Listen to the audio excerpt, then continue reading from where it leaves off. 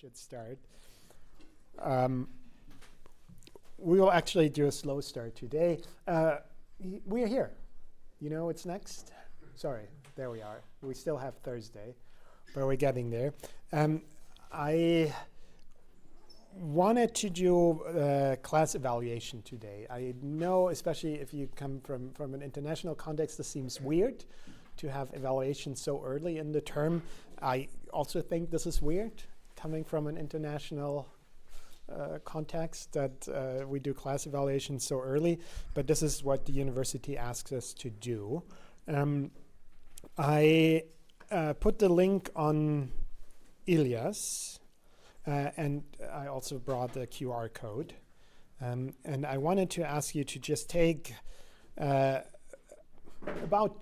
shouldn't take more than 10 minutes to evaluate this class. There's one question, actually, if we go to this, there's one question I should warn you about. At the very end, we ask you, I would have enjoyed seeing more algorithms and computational implementations. Think of this more, because we haven't even talked about algorithms yet, but think about this more in terms of your expectation. Do you want this class to be more about dynamics? Or would you prefer this class to be more about algorithms, how to implement things? I mean, we've done a lot of implementations, but we haven't really covered algorithms yet, apart from the recursive forward kinematics. But that's sort of going in this direction, because we could do more algorithms and a little bit less dynamics, or do you want more dynamics and less algorithms? Sorry, you want to see this.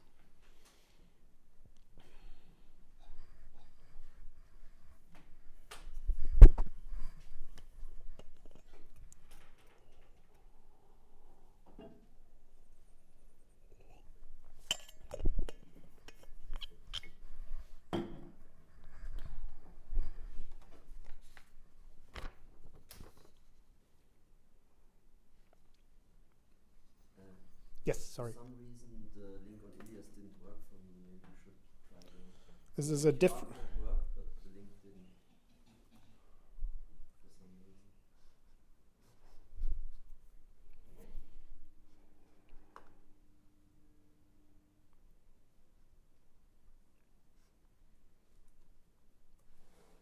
Do we need to be logged in to Ilias before we do it? I don't think so. Do you? I have no idea. I've never done this from the other side. All right. I tend to not evaluate myself.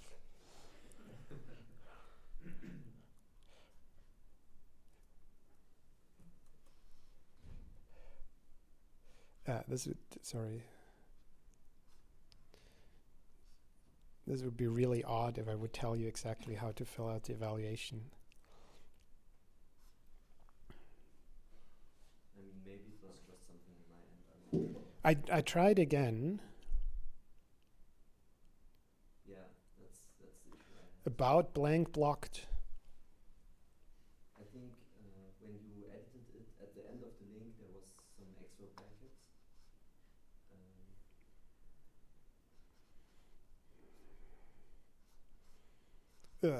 Sorry.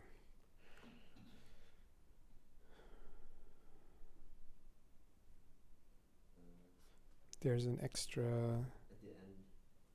Oh no! I see. Sorry, this is where I screwed up.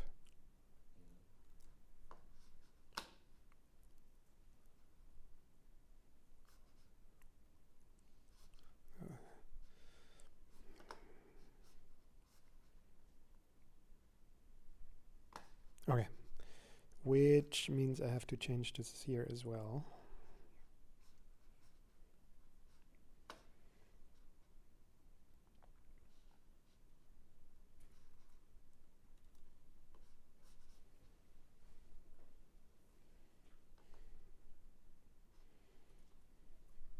Okay, thank you.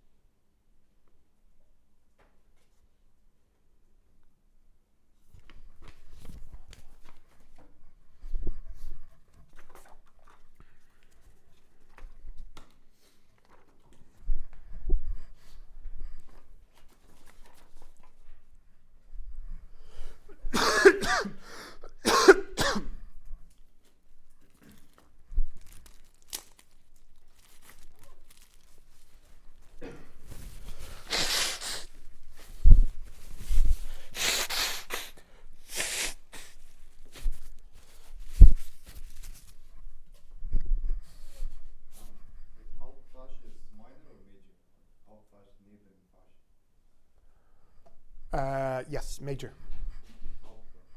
Yeah. Hauptfach is major and Nebenfach would be minor. Is this in German? Yeah, just the last part. The last part. The last page is in German.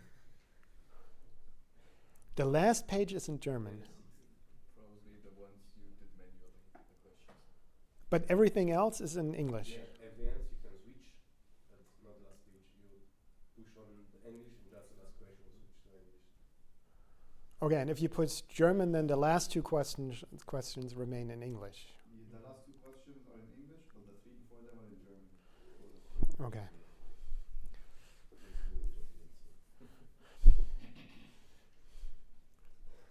Do you figure it out or you need help? I'm trying. Okay, I'm sorry about this. These are added individually for this class, but I assumed that they would also translate because I didn't write them. And I wrote the last two, which just don't translate into German. Okay. Check the little box and be safe. You can, if you don't understand the question, just abstain.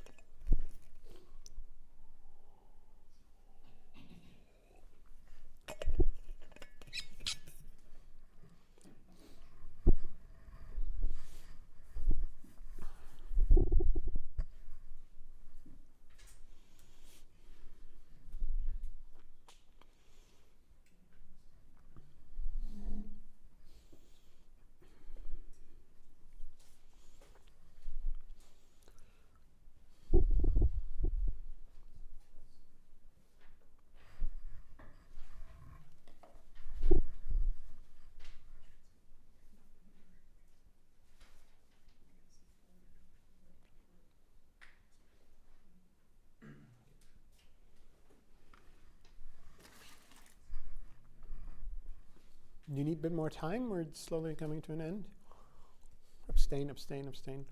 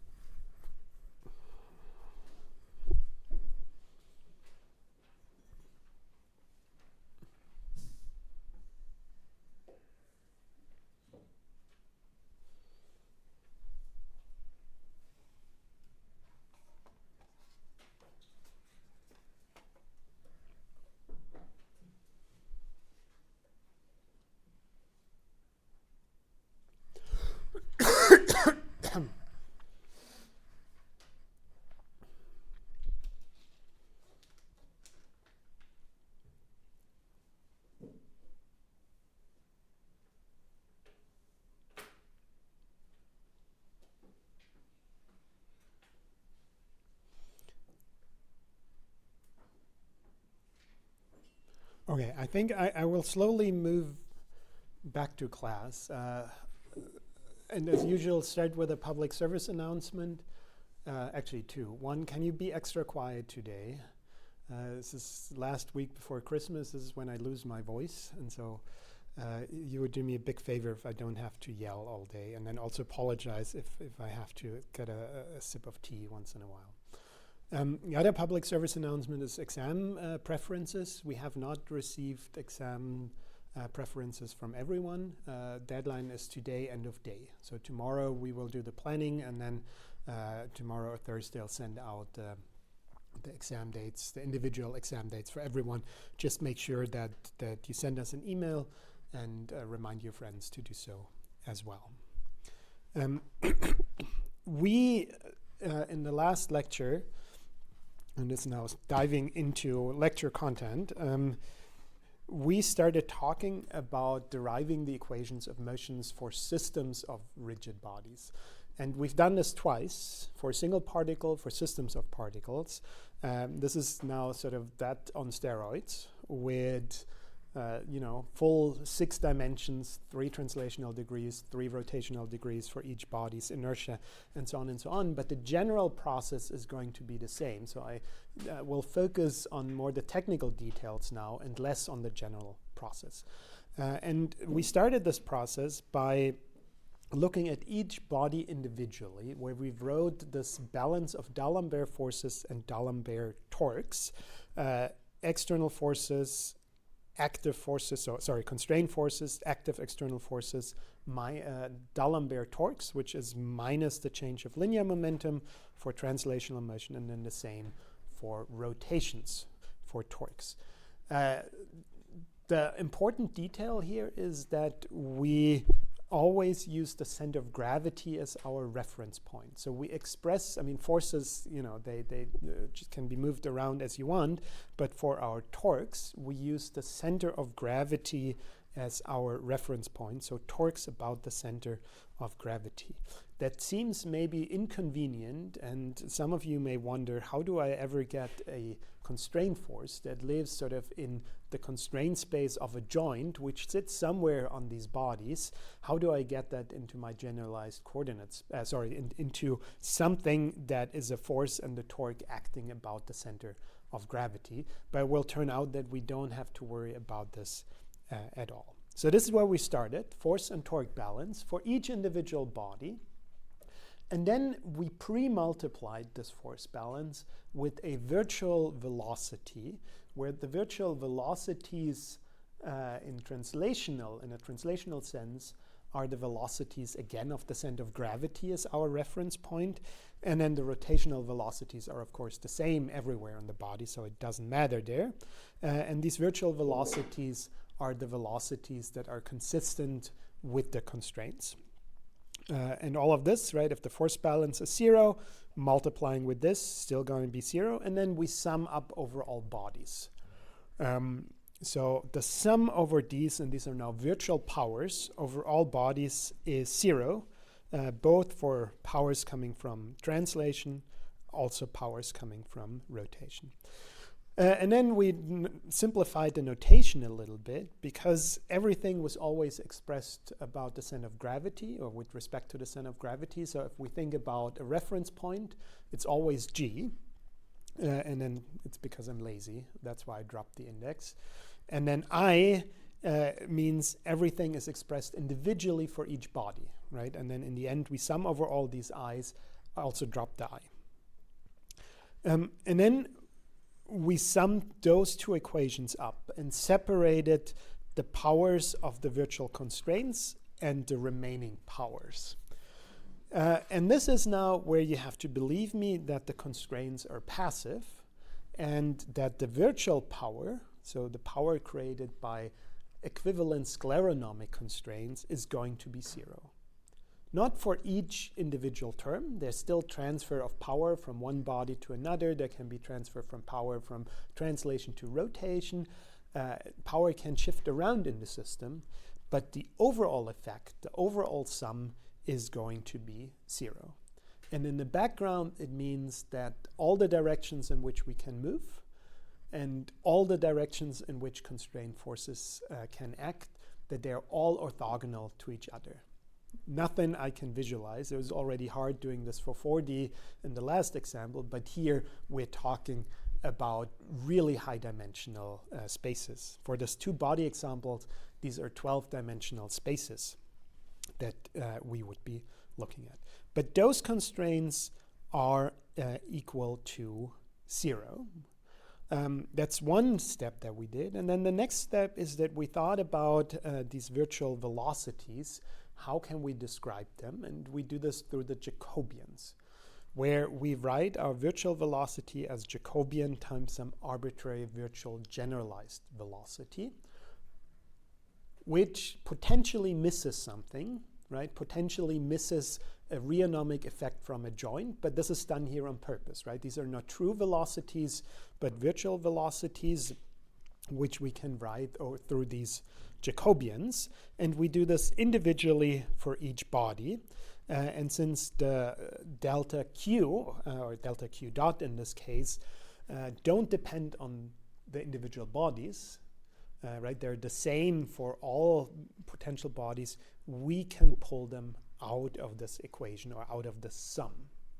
So we basically get to the point where this product, some virtual generalized velocity times that sum here, is going to be 0. And this is where we stopped in the last lecture. There's one tiny thing that I need to add now, because if that power is going to be 0, and that has to be true for any choice of delta Q dot, it basically means that I can, get rid of this, basically saying this equation has to hold for all possible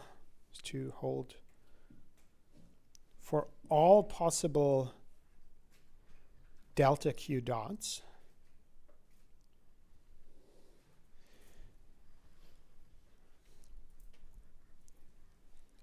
which means that the remainder also has to be 0. The remainder, however, and this is why I have to now add a vector error here, the remainder is now a force balance in generalized coordinates. Right? So everything here is something that has been projected into our generalized coordinates. We saw this in the other two examples, that we are now basically, right, when I get rid of this, I am looking at forces in our generalized coordinates. And this is where I want to continue, where I have this now force balance in my generalized coordinates. And I think this is on your template, and I immediately want to add something which we've also seen, because I can now go ahead and add my joint torques tau, right? My generalized torques directly to this equation. Those torques show up here. Show up here as well, and I should write this differently because there's a plus tau, and then the 0 shows up on the right. Okay. So far, so good. If you show that to any of my mechanics colleagues, they will call me I don't know what they will call me, but they say it differently. They will complain that this is the most sloppy notation that you can think of. Because I have here everything written as physical vectors, and then I pre-multiply it in the sense of its dot product with a Jacobian, which is something numerical. And strictly speaking, nothing that's written there here makes sense mathematically, right? There's a transpose of a Jacobian with a physical vector. And I want to fix this. Now I have to talk about coordinates. And I should have done this earlier, but then I would be carrying around coordinates through this entire process, where I initially just want to focus sort of on what's the main idea. But now let's fix this. Let's get away from the sloppy notation and express everything in coordinates. And what we will do, and this is what we've done throughout the class, is we will express everything in body fixed coordinates. And these are BI coordinates.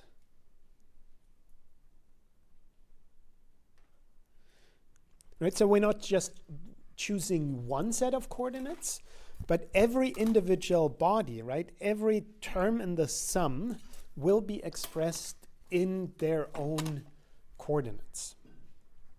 So, for example, I want to look at the change of linear momentum, right, and this would be with a little I normally, because this is of body I. And I will now express that in BI coordinates. I make the I's in gray because we said before we're going to drop the I's, but here I want to be a little bit more explicit. So that angular momentum is being expressed in I coordinates.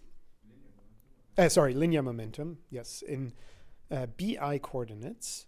And I can now go ahead and compute this as the mass of this body, mi, times the acceleration of this body, again expressed in these body-fixed BI coordinates. And that acceleration, that is something that we derived, right? I can write that. Now I have my mass here, mi, and the acceleration I can write as the sum of my translational Jacobian.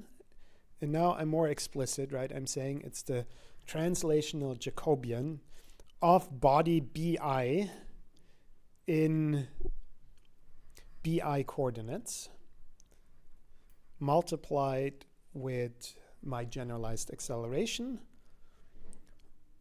plus I have this mass multiplied with the remaining bias accelerations. So the translational bias acceleration of body BI given also in BI coordinates. And what that ultimately means is that these Jacobians that we see here will then also be Jacobians expressed in BI coordinates.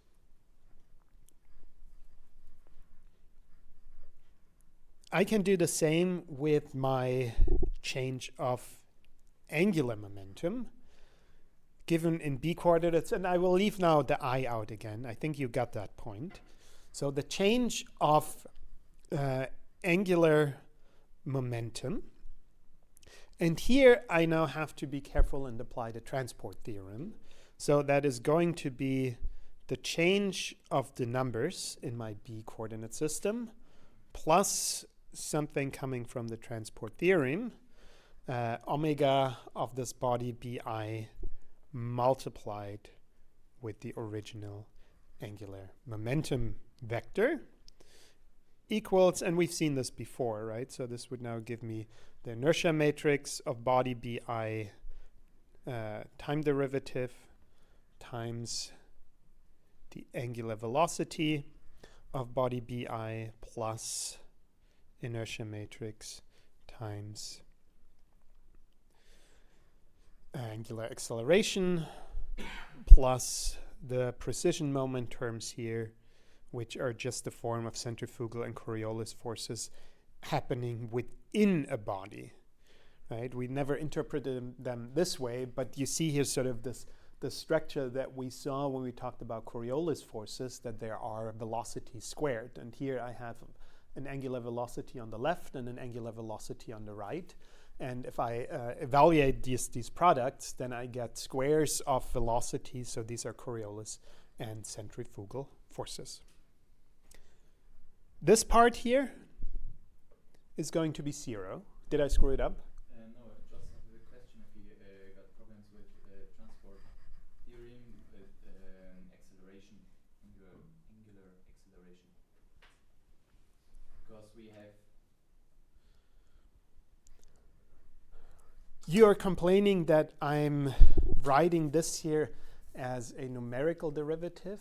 Yes, but maybe I just forgot something. So it's two things. First of all, here I should write it as a numerical derivative because I basically, this is the physical derivative in B coordinates, which is the derivative of the numbers. So this is correct, written as a numerical derivative, but we also have this exception, right, that for my angular acceleration, or the derivative of the angular acceleration, the transport theorem doesn't contribute, because you would basically get this here plus omega tilde omega. And that is the part that is 0, right? So here it wouldn't even matter, but even the way it's written is correct. Yeah, a good question. Okay, any other complaints?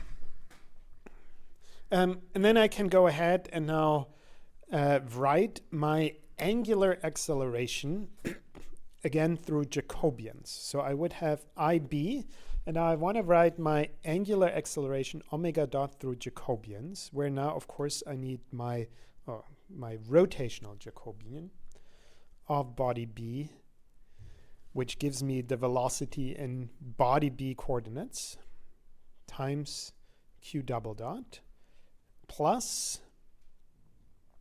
I would have some rotational bias acceleration, which comes from the fact that I have, joint axes that change each other's orientation. So this sigma r of body B in B coordinates. And then I still have my precision moments, which I write like this. And this would be now the complete change of angular momentum in body fixed coordinates. And that's just a recap from, I think it was chapter 3, where we derived the equations of motion for individual rigid bodies, right? There we saw exactly the same expression. I do have 2 questions at this point. Number 1, here I applied the transport theorem. Right, so that is L dot plus omega tilde LB. Here I didn't.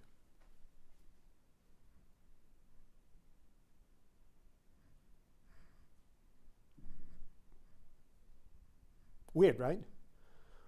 Why do I have to do it here and why don't I do it here?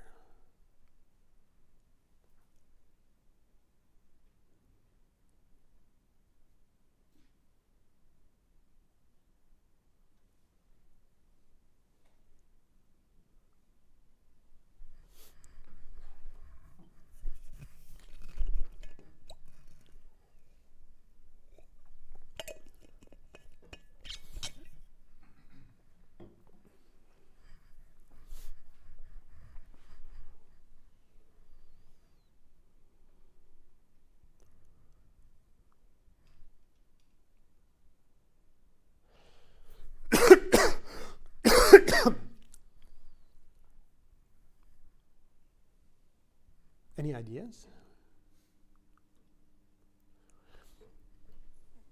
Maybe because the linear momentum is only allowed more or less in the directions which are not in the constraints. And It has nothing to do with constraints yet, right? Because we did the same, right? We did the same when we just talked about individual rigid bodies. We arrived at the same equations. I could have asked the same question back there. Right, where here I do transport theorem, here I don't. And it's 2 reasons. Number 1 is here masses are constant, so I can treat them as a constant factor, whereas here inertia is not constant because the body rotates, so physically inertia is changing. So that's one key difference. The other difference is that I write here A, which is a physical derivative, and here I write omega dot, which, as you said, right, is a numerical derivative, which then I can later again interpret as a physical derivative. But here I've basically written things in numerical derivatives, and here I've written things in physical derivatives. And then, of course, if I just talk about physical derivatives, I don't have to apply the transport theorem. Right? Had I written v dot here, I would have to be very careful whether it's v dot with parenthesis or without parenthesis. And without parenthesis, I would have to add the transport theorem, because the numerical derivative of my velocities is not equal to the coordinates of the accelerations. So that was question number one. Question number two is I went ahead here and replaced omega dot through my Jacobian, right? And for omega dot, I wrote JR Q double dot plus sigma R, which we get from our kinematics framework. And then decided to leave the omegas as they were, right? Why didn't I go ahead and write JR times Q dot there? I could have done that as well. Wouldn't that be even better?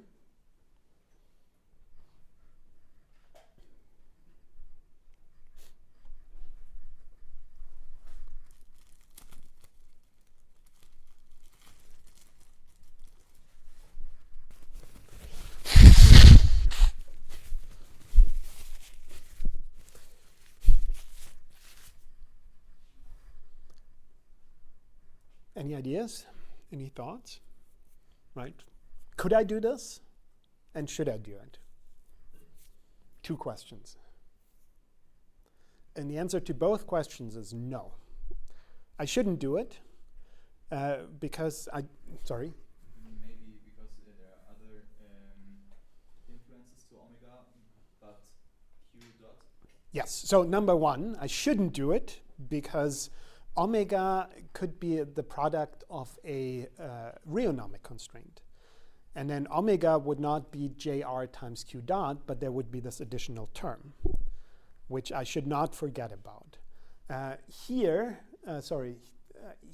we account for it in the bias acceleration. So the bias acceleration may have these additional terms if you have rheonomic constraints. So they take care of it. Here I would have to explicitly account for the bias velocities, which in this Jacobi transpose mapping that apply here, I explicitly don't want to do because I want to focus on the scleronomic part of the constraint. So this is why we shouldn't do it. If we do it, we would have another sigma, another bias velocity that we carry around with us, which would be rather inconvenient, and that's the reason why we shouldn't do it, it doesn't make sense to do it, or it's not necessary. Because we will always know velocities. I'll talk about this a little bit later, but if you do forward dynamics or inverse dynamics, the velocities are always given. Before I now put everything together, I undo what I just did and drop the b's. So when I write I mean the inertia about the center of gravity of body I expressed in BI coordinates. When I write JS, I mean the translational Jacobian of the center of gravity of body I expressed in BI coordinates. If I write GR, I mean the rotational Jacobian of body BI expressed in BI coordinates, and so on. Right, so I just introduced coordinates just to omit them, but otherwise we would end up with so many indices. And what I will do now is basically insert these quantities here and split everything into parts that depend on Q double dot, parts that depend on the bias acceleration sigmas, and the rest. And I will start with everything that depends on the Q double dots. So that's going to be a sum over all bodies where I have my translational Jacobian transposed times the mass of that particle times the translational Jacobian plus the rotational Jacobian transposed times the inertia of that particular body times the rotational Jacobian. And all of these terms would somehow be multiplied with Q double dot. And in their sum, they are going to be our mass matrix. And note that we switched the sign again, right? Here I had minus p dot, but then for p dot, I would basically js transpose times m times js. So there's this term, so we flipped the sign here. Just something to keep in mind. Plus,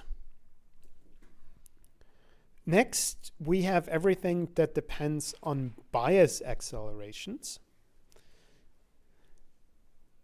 First, the translational terms, JS transpose, the translational Jacobian, which projects these inertial forces into our generalized coordinates, times m times sigma s, the translational bias acceleration, plus then we have the terms, the rotational terms, which are projected with the rotational Jacobian. And those are inertia times rotational bias acceleration. Plus, we will also include here the precision moments. So omega times I times omega as a vector, or omega tilde times I times omega as a vector. These are inertial forces that only depend on velocities, or I should rather say that depend on bias accelerations. And you basically see that now here, right, this precision moment shows up in the same form because it's just Coriolis and centrifugal forces internal to each individual body. So all of this would be this term minus F, the Coriolis and centrifugal forces. And then we have a minus sign here. And now we sum up over all the active forces and active torques. So we have the forces, Fa, which get mapped with the translational Jacobian, plus the torques Jr, which get, the torques Ma, which get mapped with the rotational Jacobian Jr.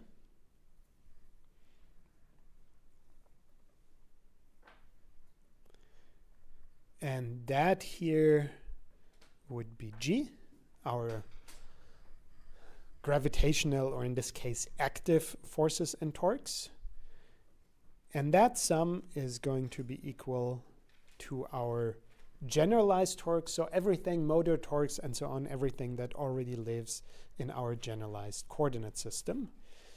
And in the end, I'm again left with this canonical form, mass matrix times Q double dot is going to be Coriolis forces, or Coriolis and centrifugal forces, active forces G,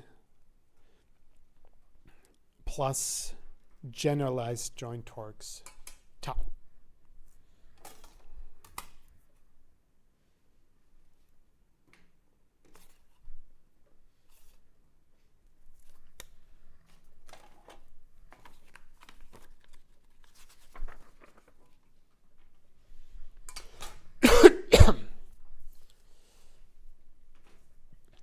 Okay, questions so far?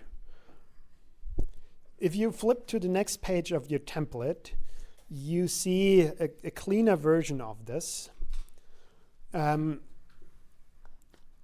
highlighting the shortcuts that we took in terms of notation.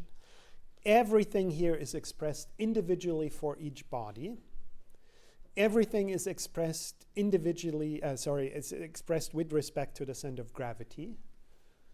So torques about the center of gravity, angular momentum about the center of gravity, inertia matrices about the center of gravity, and so on. And then I deviate a little bit on what I said before, where I said, everything is expressed in consistent coordinates, usually BI coordinates. This is what we will choose. But if you think about what's happening here, is that we're summing in the generalized torque space. So we're summing over terms that are all generalized torques. And each of these terms is somehow made from a product where I took a force in Cartesian coordinates, easiest to see here, right? A force in Cartesian coordinates projected with an associated Jacobian to yield me my generalized coordinates. And in this projection, it is only important that the coordinates of this Jacobian and the coordinates of this Jacobian and the coordinates of this force are exactly the same. So let me show you this. If I think about just the product JS transpose times FA. And here now explicitly written both of these in BI coordinates. And now I think about this as, well, my active forces are maybe coming from gravity. And I know these gravitational forces, they don't live in body fixed coordinates. They live in inertial coordinates, right? In inertial coordinates, it's always going to be 0, 0 minus g times m. So this F, and leave a little bit of space here, right? But this FA is likely given in some inertial coordinates, which means that I need to pre-multiply it with some transformation matrix ABI. At the same time, my Jacobian may be given as a Jacobian that gives me velocities in inertial coordinates, right? And I will call this a JI, a Jacobian that gives me inertial velocity. And to make this work, I would now also pre-multiply this with ABI. And then, of course, that entire thing gets it transposed, right? This is that transformation rule. Because a Jacobian gives me vectors, I can just apply a transformation matrix pardon me, to these vectors. And you basically now see where this is going, right? If I pull the transpose into the parenthesis, I will get ABI transposed and ABI, and I will have FA in I coordinates, and this thing in between is just going to be the identity. So I could just write this as JS transposed in I coordinates multiplied with this active force in I coordinates. And this is what I mean with consistent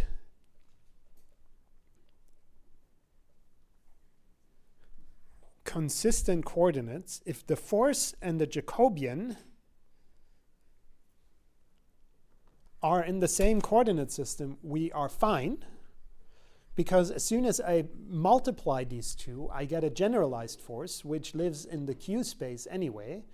So each of these individual terms will give me some sort of tau, and how I arrive at that tau doesn't matter. So I could, on one body, express this in I coordinates, and this in body fixed coordinates, right? I could say my force is given in I coordinates, this is given in B coordinates. I could use C coordinates on one body, D coordinates on the other body. It doesn't matter, right? And implicitly, we've been doing this because for each individual body, we're using BI coordinates, so the coordinate system of that corresponding body. So each of these pairs is, or can be expressed in a different coordinate system. Same holds for the inertial forces, right? Here I go from Q double dot through the Jacobian into an acceleration in the coordinates given by this Jacobian, right? This is typically a BI Jacobian. So I have an acceleration here in body fixed coordinates multiplied with a mass, gives me a D'Alembert force in body fixed coordinates. And then I apply the same Jacobian transpose to go back into generalized coordinates. But I could have here a Jacobian in I coordinates and here a Jacobian in I coordinates. And the result would be exactly the same. All it means is basically I'm going from generalized coordinate space into Cartesian I coordinates to my dynamics there and then go back into the generalized coordinates.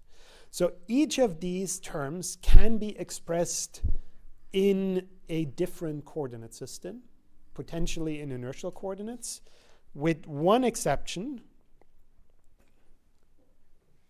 And that's the reason why we typically do everything in body fixed coordinates.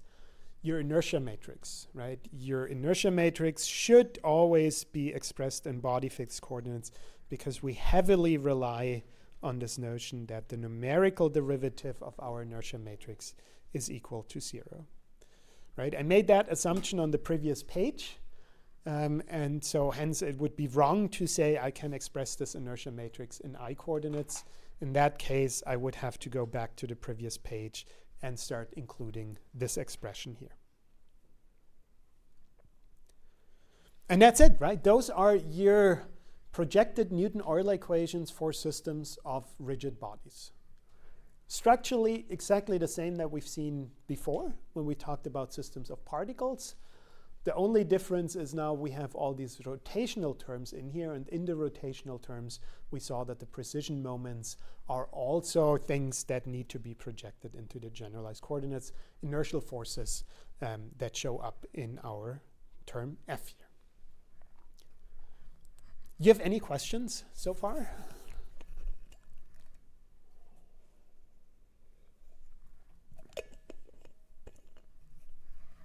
Then again, I have a question for you. What happens, or what do I do if I have an external force that is not acting at the center of gravity? Right? If I like to call this the drunk PhD student that grabs on the robot and pushes. You can also, have you ever seen these Boston Dynamics, the early Boston Dynamics videos, where they kept kicking Big Dog? Yeah? So imagine that, right? Someone is pushing your robot, not at the center of gravity, but somewhere off center. How would I include this here? So that's option one, right? That I say if I have a force that is off center, I would include the force here and then compute the corresponding moment about the center of gravity and include that over here. So that would be one option.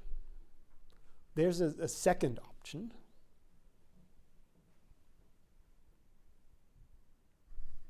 Maybe like considering like a core with a body with no masses and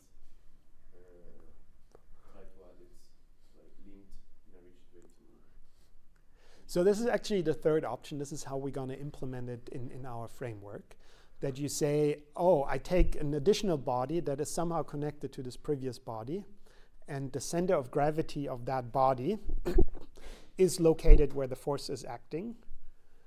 And then I don't give this body any mass. So those here will not contribute, and this down here will contribute. But basically what I just explained is I need a different Jacobian, right? We had at the very beginning sort of this idea that I'm looking at power here, and power is always where does the force act and what's the velocity of that point where the force acts.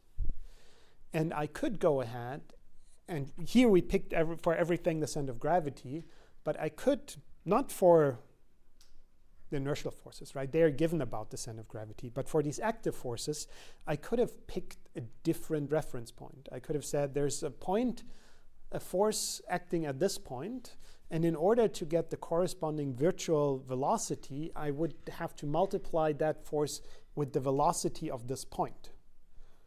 And the way we computed velocities through these Jacobian basically means I would just need a different Jacobian, right? The translational Jacobian, not of the center of mass, but the translational Jacobian of that particular point. If I do it that way, right, so I could just use a force acting at some point and the Jacobian of the corresponding point, and I would be good again. And I wouldn't have to include sort of this additional torque.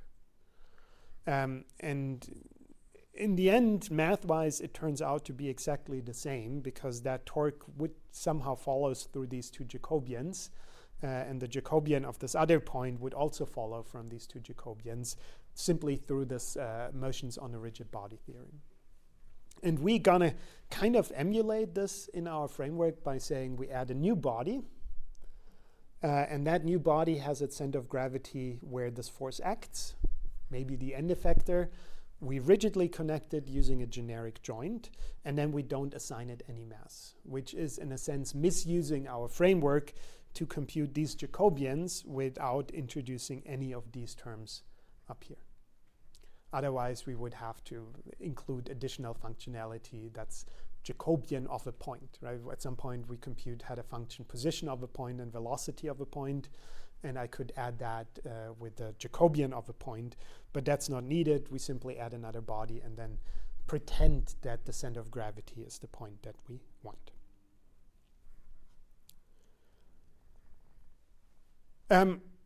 With this, right, we can now do forwards and inverse dynamics. This is just a quick reminder. Inverse dynamics means q dot, and q double dot is given, and we solve for tau. Well, I just put these two on the other side. Tau equals mq double dot minus f minus g. So this would be the inverse dynamics. Or I do forward dynamics, where forward dynamics tau is given, and I solve my equations of motion for q double dot. So you basically pre-multiply this with m inverse. Q double dot equals m inverse f plus g plus tau. And then you would go ahead and integrate q double dot to get q dot and q. An important notion here is that in both cases, q and q dot are given. Right? Either because someone has to give you the entire trajectory, and your torque, your task is to compute the torques in the sense of a computed torque of a feed-forward controller, or you're doing the simulation,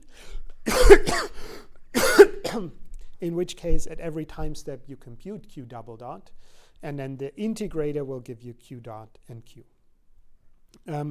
And the way we do this typically is by writing the second order differential equation as two coupled first order differential equations. So I define a new state q and q dot, and then y dot is q dot and m inverse f plus g plus tau.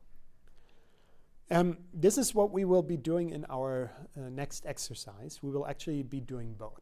We have already seen this three-link manipulator. Very simple robotic arm. And the first task, of course, is going to be to simulate it. In the past, we just animated it. We did kinematics. Now we will simulate it. So do dynamics, and you can compute basically the motion of a triple pendulum. The next task is then to try different controllers, because you want this robot to follow a particular trajectory. And the most basic way of doing this is to say I do first inverse kinematics. So my end effector should follow a particular line. My joints have now certain functions of, or certain angles as a function of time, right? This is what inverse kinematics is doing, and we actually will give this to you. So end effector follows a line, so your joints have to follow some profile as a function of time. The most basic controller would now be to do PD on joint level. So you basically compare where's my joint to where should it be, and then apply a corrective torque. Yeah, P times Q minus Q desired plus D times Q dot minus Q dot desired, where Q dot desired also follows from the inverse dynamics. If I do this, what will happen? What happens inevitably with any PD controller? So will my robot follow this trajectory?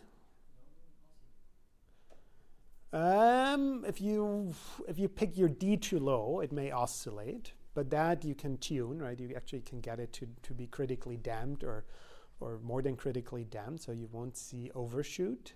But what will you see with any P controller? Steady state error, right? So without any load, my robot may do this, but then if I had this very heavy bottle, it will sag. Because just to keep it in place, I need a torque here, and in a P controller, in order to get a torque, you need an error. right? Torque is arrow times p gain. So if I need a torque, it automatically means I need an arrow. So what will we do as roboticists? Add an integrator? That's actually not my first choice. You could say, crank up the gains, then you don't sag as much, right? If I double my gain, I sag half as much. If I double again, but that has issues, right? With stability, saturation, and so on. So you don't want large gains. An integrator basically means you have somewhere a gain that slowly ramps up towards infinity. You also don't want this in a robot, because imagine your robot is trying to do this motion not here, but here, and now runs against an obstacle. You want the robot to be actually a little bit soft, right? And if I have an integrator, it will just keep pushing and more and more and more and more until it destroyed itself or hurt someone. So that's why on an actual robot, this integrative control is kind of tricky, right? If you run into something, if your motion cannot be executed, you don't want your torques to go up. What's the other way we could do? Who of you is studying engineering cybernetics? Who of you is not studying engineering cybernetics? Okay, you're in the clear. What could I do if I have a steady state error? And I know my robot has a certain mass. I know I have certain configurations. I just do feed forward, right? And we call this gravity compensation, right? This term G or minus G tells us exactly what tau I need to balance the gravitational torques. So I do PD plus gravity compensation. And then I will not sag anymore, but during phases of accelerations, I will now see arrows again. Right, so more feed forward, which would basically means you do a feed forward on the inverse dynamics. So for a given Q, Q dot, and Q double dot, you compute what are the torques that you need. You send them to the robot, and then you close the loop around the remaining error. And in our exercise, that remaining error is going to be 0, because the inverse dynamics are based on exactly the same model as the forward dynamics. In real robotics, that never happens, because the forward dynamics are true physics based on your actual robot, and the inverse dynamics are based on a model of a robot. And the model of the robot is going to be wrong, right? You somehow have to get the model, right? This is computing M, F, and G. That's basically getting the model of the robot. And in there, you have M and I. And you would think as a roboticist, oh, M is easy, right? I go into my CAD program and just read out the mass.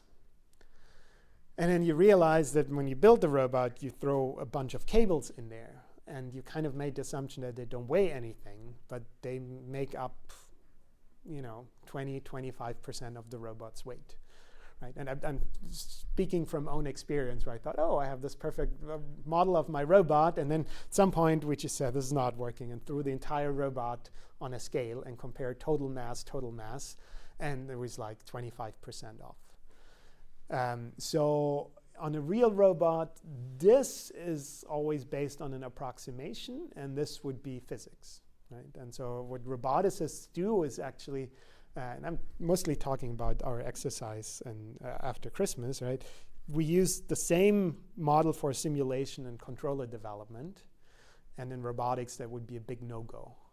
You would use different models for your controller development and different models for your simulation, just to make sure that even deriving them different ways, because if you have an issue in your model, if you have a minus sign somewhere in your model, it wouldn't show up. Right? Your controller would work perfectly even though you have somewhere a negative mass. And then if you do this on the real robot, that negative mass is going to kill you, because the negative mass is just going to be in your controller and, of course, not in your actual robot. Good. Here's a summary. I think I've said everything that needs to be said. So this is on your templates for your records. Masses, MI fixed, inertia fixed. In theory, easy to get, right? Look in your CAD program. In practice, this can be actually quite tricky. Angular velocities we compute recursively, right? We need the angular velocities back here in the precision moment. Bias acceleration, that's going to be the part that in the implementation confuses you most, because we have no routine to compute bias accelerations. We compute bias accelerations by computing actual accelerations while setting the generalized accelerations to 0. And I know that's going to be confusing because in the code, you're saying q double dot equals 0, which is one mistake. And then later on, when you're trying to extract the bias accelerations, you don't extract the bias accelerations, but the actual accelerations, which is the second mistake. But those two mistakes, in a sense, cancel each other.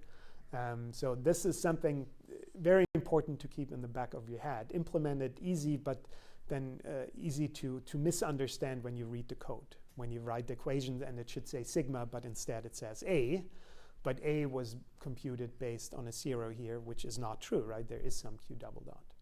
Jacobians, we computed recursively. This is what we implemented last week. And then as a note of warning again, right, that these Jacobians are not necessarily the partial derivatives of my positions, because these Jacobians also account for motion of the coordinate system, right? If I would just do the partial derivative, I would get, in a sense, a numerical velocity, or numerical derivative of the position. But what we want are physical velocities, physical accelerations. And this is why these Jacobians are computed recursively, and only in I coordinates can be computed through partial derivatives.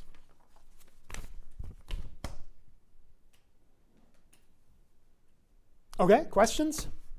That's it, right? We can do dynamics for arbitrary trees of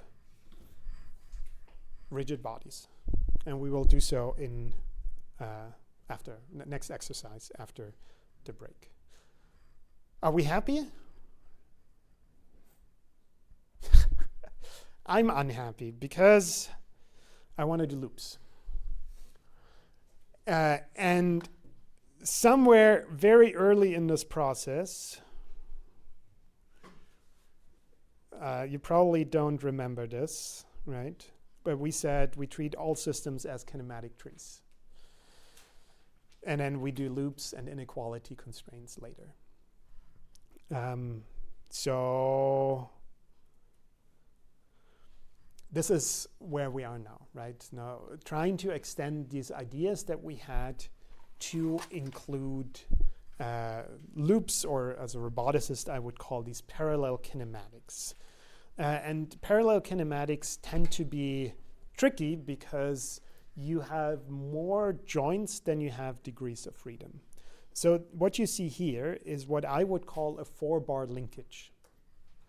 You see 1, 2, 3 bars. The 4th bar is this connection through ground, where the first joint is bolted to ground and the last joint is bolted to ground. And those two are obviously connected. How many degrees of freedom does the system have?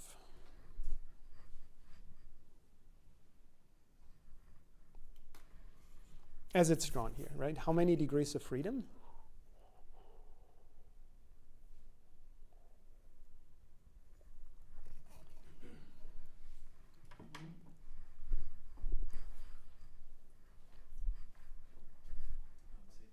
You say 2? Any other opinions? It depends in which position it is. Okay. Can you elaborate? Because in this position, I think it has only 1 degree of freedom. But if we move it a little further to the right, the middle part can move independent. Or to say the outer two can move independent. Okay, any other opinions? So we have 2, we have 1 or 2.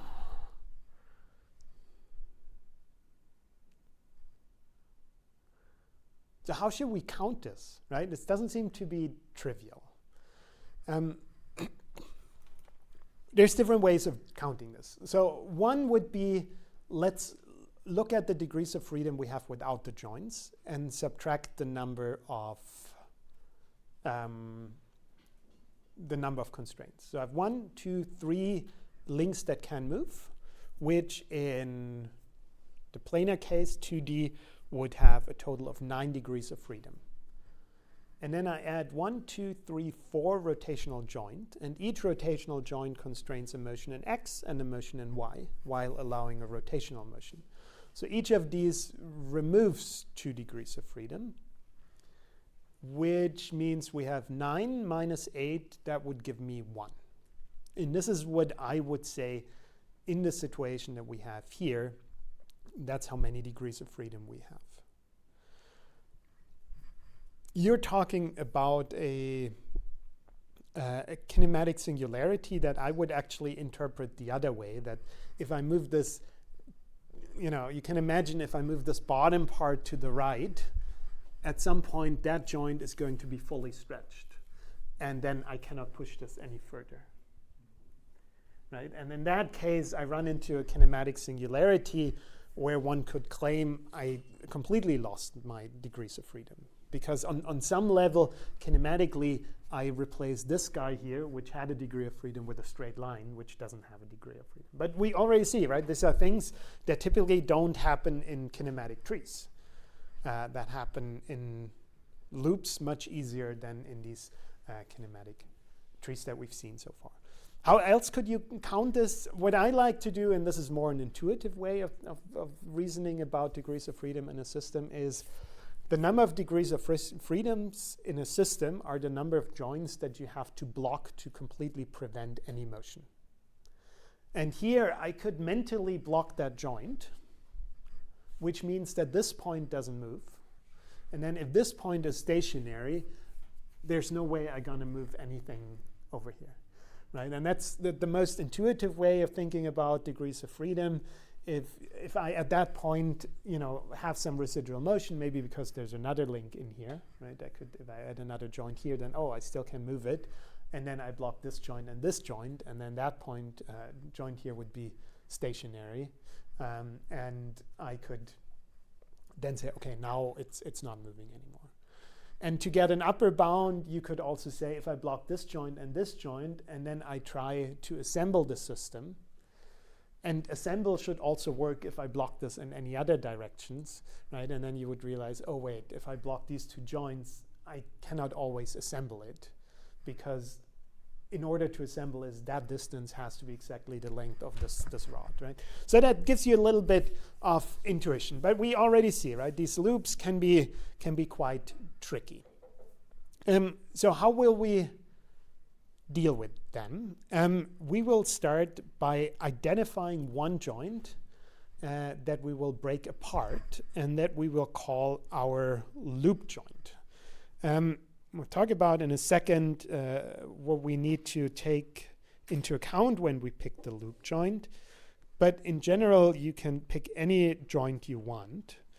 In this case, I want to pick the joint down here. And you can imagine, right, if this is a physical system with little hinges, I just remove one of the pin in one of these hinges and disassemble the joint. And now I get something that I can represent as a kinematic tree. Right? That can now, because I removed that joint, the rest of the system can move freely and has the topology of a kinematic tree. So this is how we will work with loops. We break the loop apart.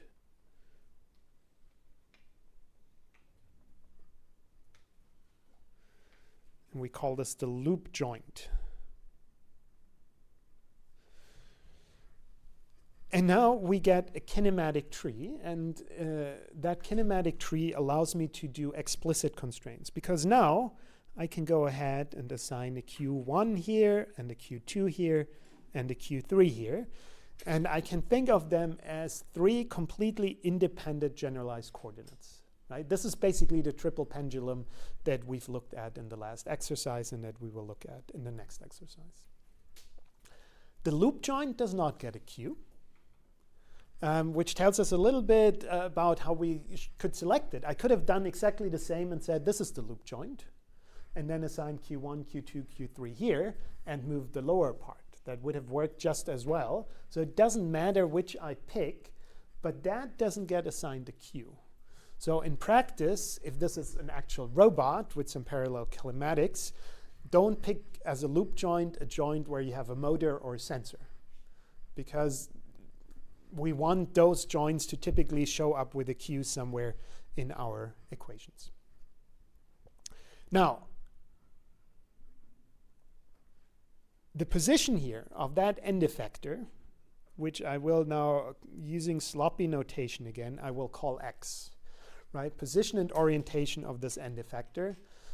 Later, of course, this will be a rotation matrix and a three-dimensional position vector of the center of gravity of a body. That X now can be written as an explicit constraint F. And I call this Ft for F tree. And that F depends on my three Qs. So this is A.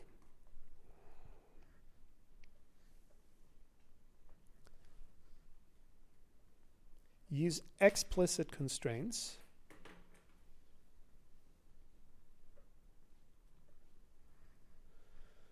on the remaining tree.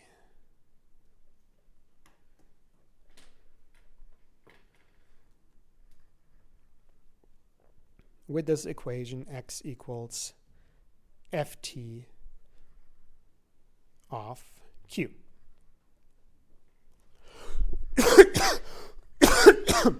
And that, that takes into account 3 out of our 4 constraints, because that body, it can move around according to Qs, but it's connected with these 3 joints to ground.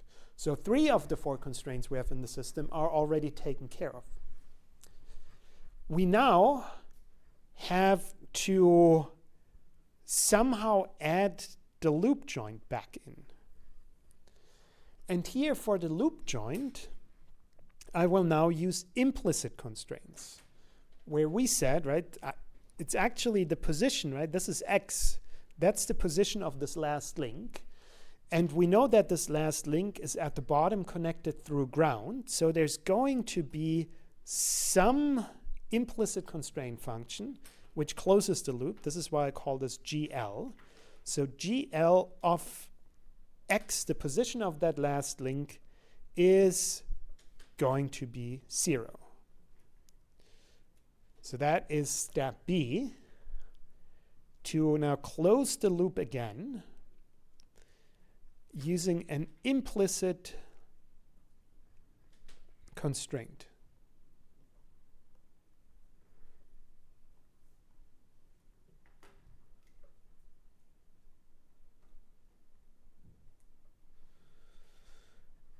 So GL loop joint of X, where X is the position of that last link, that is going to be equal to 0. And in this case, that's a 2-dimensional 0. And I add a little exclamation mark here because that's a condition that I want to have fulfilled.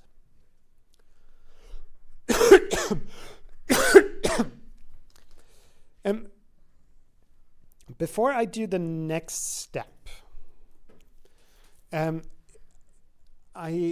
want to introduce something that we haven't seen before. And this is what I will call a constraint violation.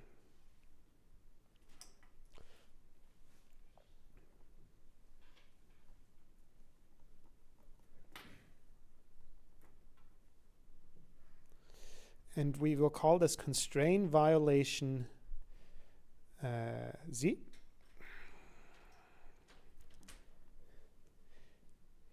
And that is a vector quantity in our constraint space.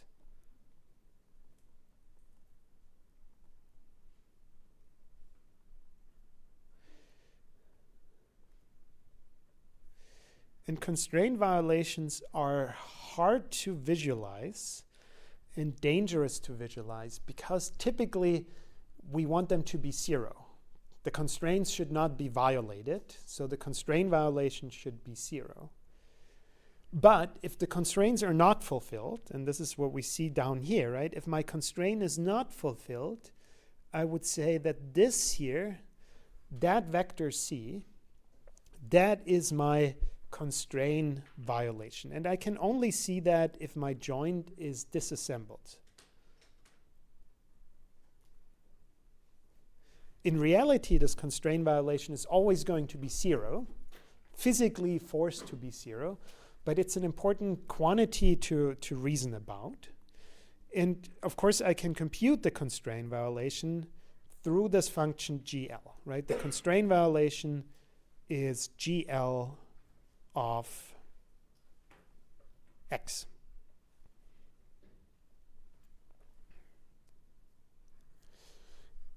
And this notion, right, that the constraint violation lives in the constraint space basically means its dimensions and its units, right? Its physics depend on the constraint itself. So on the left, right, I have a sliding joint where the slider has sort of this rectangular shape, which means it can slide left and right, but it cannot rotate and it cannot go up and down.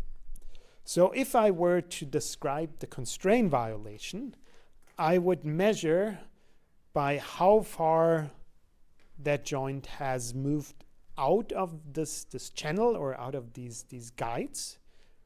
This would be the first component of my constraint violation. And then the second component of my constraint violation would be how much it has rotated, right? So here I have a constraint violation where one component is a translation, the other component is a rotation. Here I have a constraint violation that is two components translation. What about this example? Right, the similar principle, but now my slider is round, so allowed to rotate freely within the guides. How would I describe the constraint violation here?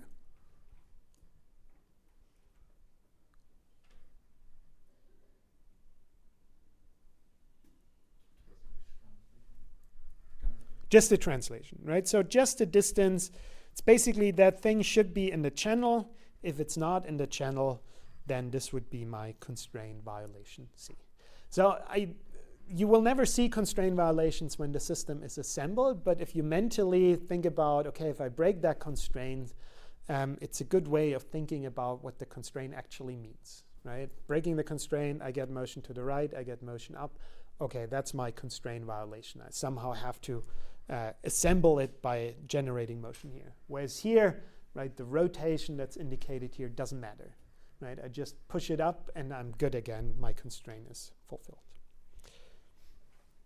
Now, what I do next is to, of course, insert these two equations into each other. So if the constraint violation is GL of X and X is FT of Q, then the constraint violation is GL of FT of Q.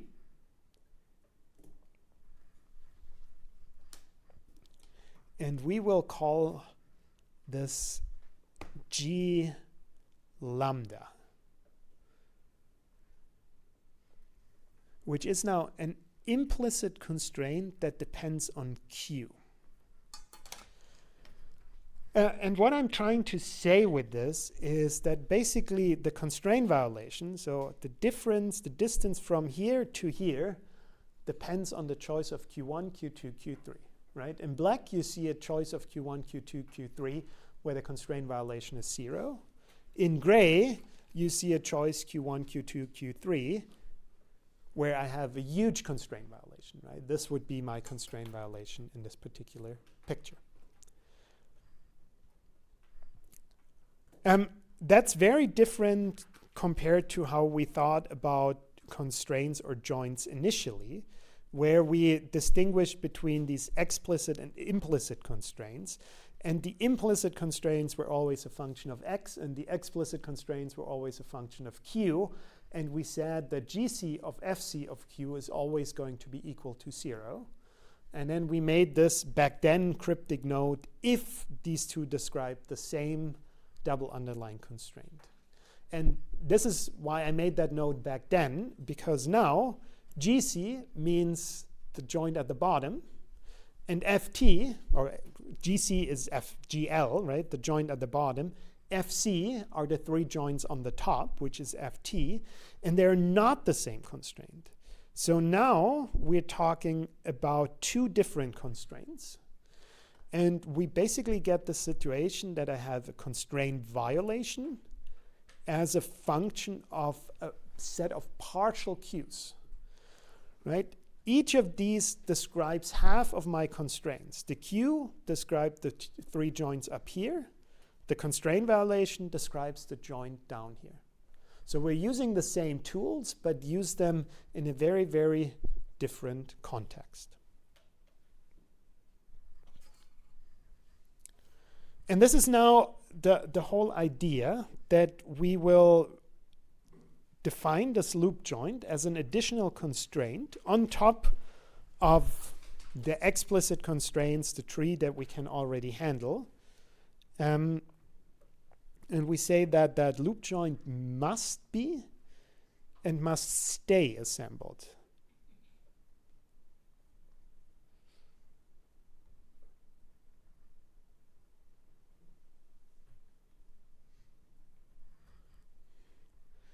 So must be assembled means my constraint violation, which is G lambda of Q,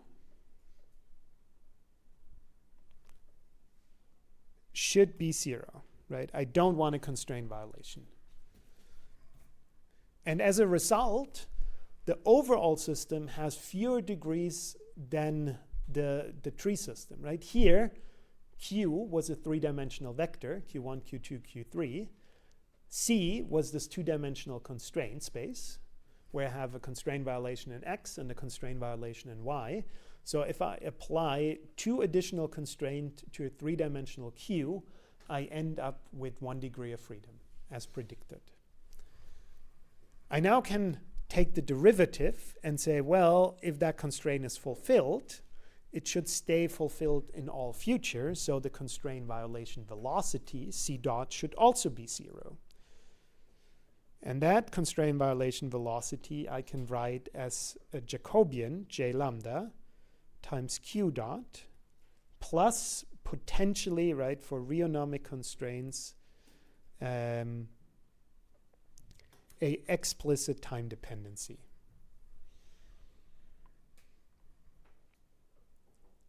And that should also be equal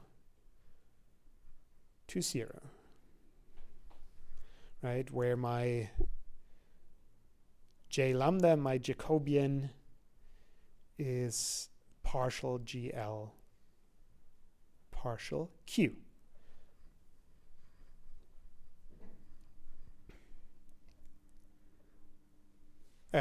Partial G lambda partial Q. However, the way this was set up, right, if I think about G lambda, right, G lambda is GL of FT. So if I take the derivative here of J lambda, I could also apply the chain rule to this expression here. So that would be partial G lambda, partial G loop. So partial G lambda partial Q is partial GL partial X, the outer derivative, times partial FT,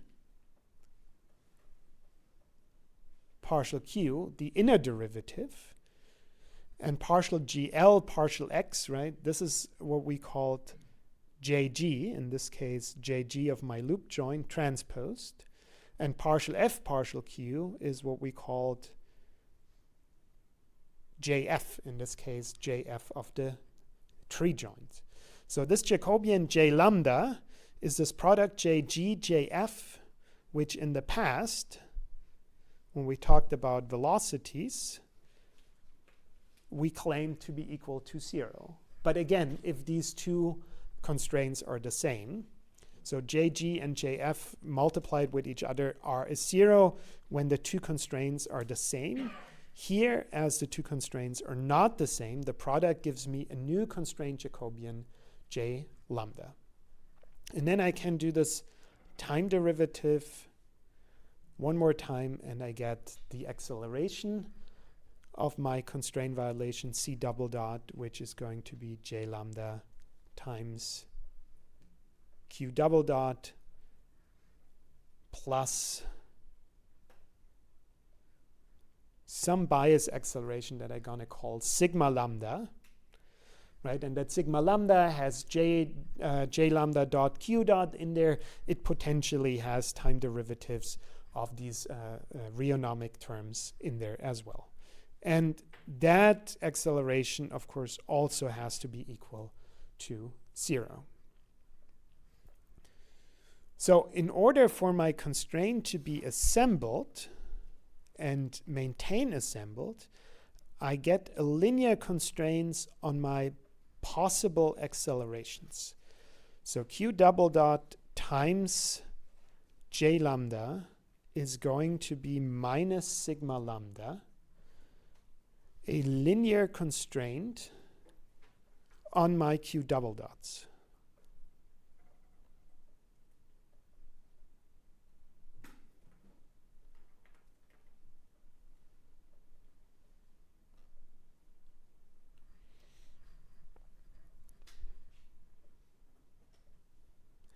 And the sigma lambda includes rheonomic terms.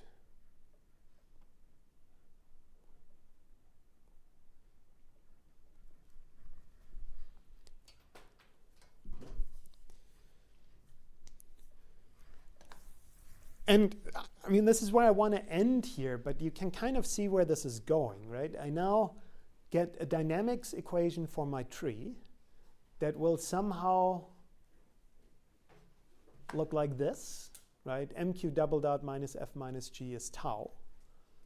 Somehow we get one equation that looks like this.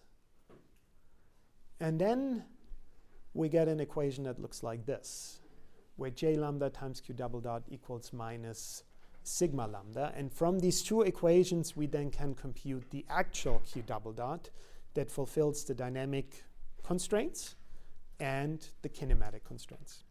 But we'll do this on Thursday. Until then, I wish you a good week. Yeah, have fun.